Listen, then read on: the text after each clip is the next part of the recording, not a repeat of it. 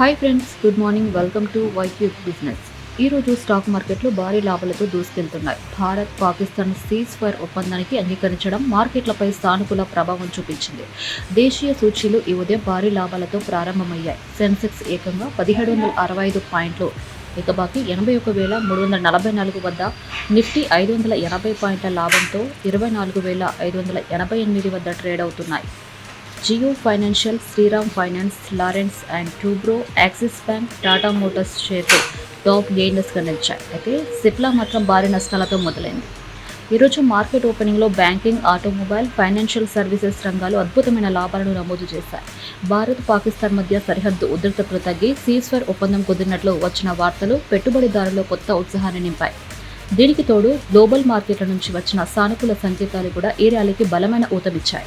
Asia మార్కెట్లు ఈ రోజు బలమైన పనితీరు చూపాయి. అమెరికా, యూరప్ మార్కెట్లు గత వారాంతంలో స్థిరమైన లాభాలను సాధించాయి. సెన్సెక్స్ లో 30 కంపెనీల్లో 26 కంపెనీలు లాభాలు దూసుకెళ్తూ ఉండగా, నిఫ్టీ 50లో 42 కంపెనీలు ఆకుపచ్చ రంగులో మెరుస్తున్నాయి.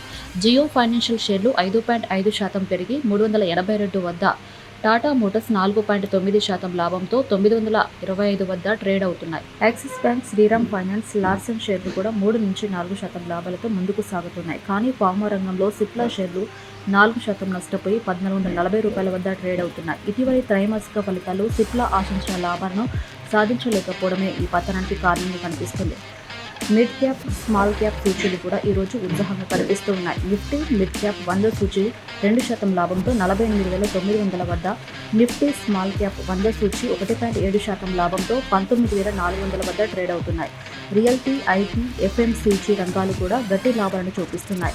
అయితే ఫార్మా, మెటల్ రంగాలు కొంత ఒడిదుడుకుతో కనిపిస్తున్నాయి. మార్కెట్ టిప్పులు ఏం చెబుతున్నారంటే, ఈ సీజ్ఫైర్ ఒప్పందం ఆర్థిక సంస్కరణలు, విదేశీ పెట్టుబడుల ప్రవాహం కొనసాగితే మార్కెట్ ఈ జోను కొనసాగించే అవకాశం ఉంది. అయితే గ్లోబల్ ఆర్థిక పరిస్థితులు, ముడి చమురు ధరలు, ద్రవ్యోల్బణం వంటి అంశాలు మార్కెట్ను ప్రభావితం చేయొచ్చని హెచ్చరిస్తున్నారు. కాబట్టి పెట్టుబడిదారులు జాగ్రత్తగా అడుగులు వేయాలని, రిస్క్ను సమీక్షించుకొని నిర్ణయాలు తీసుకోవాలని సూచిస్తున్నారు. మరిన్ని అప్డేట్స్ కోసం మాతోనే ఉండండి.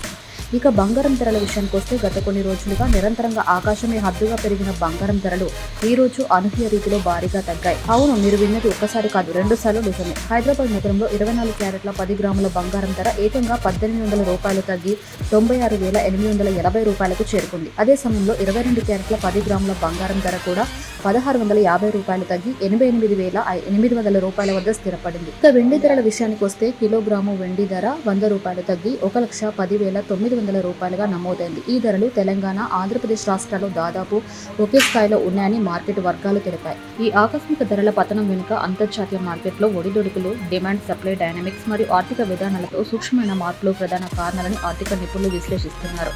గ్లోబల్ మార్కెట్లో బంగారం డిమాండ్ తగ్గడం, అలాగే కొన్ని దేశాల్లో ద్రవ్యోల్బణం ఒత్తిడి తగ్గడం కూడా ఈ ధరల తగ్గుదలకు దోహదపడినట్లు తెలుస్తుంది.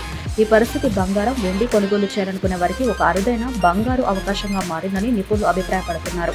ముఖ్యంగా పెళ్లిళ్ల సీజన్ సమీపిస్తున్న ఈ తరుణంలో ఈ ధరల తగ్గుదల వినియోగదారులకు ఊరటనిస్తుంది. అయితే మార్కెట్ నిపుణులు ఒక హెచ్చరిక కూడా జారీ చేశారు. బంగారం, వెండి ధరలు అంతర్జాతీయ ఆర్థిక పరిస్థితులపై ఎంతగానో ఆధారపడి ఉంటాయి కాబట్టి కొనుగోలు నిర్ణయాలు తీసుకునే ముందు మార్కెట్ ట్రెండ్స్ ను జాగ్రత్తగా పరిశీలించాలని సూచిస్తున్నారు. కాబట్టి ఈ అవకాశాన్ని సద్వినియోగం చేసుకోవాలనుకుంటే మీ ఆర్థిక సలహాదారులతో మాట్లాడి తెలివైన నిర్ణయాలు తీసుకోండి. మీ బడ్జెట్కు తగినట్లుగా పెట్టుబడులు పెట్టి ఈ ధరల తగ్గుదలను మీకు అనుకూలంగా మలుచుకోండి.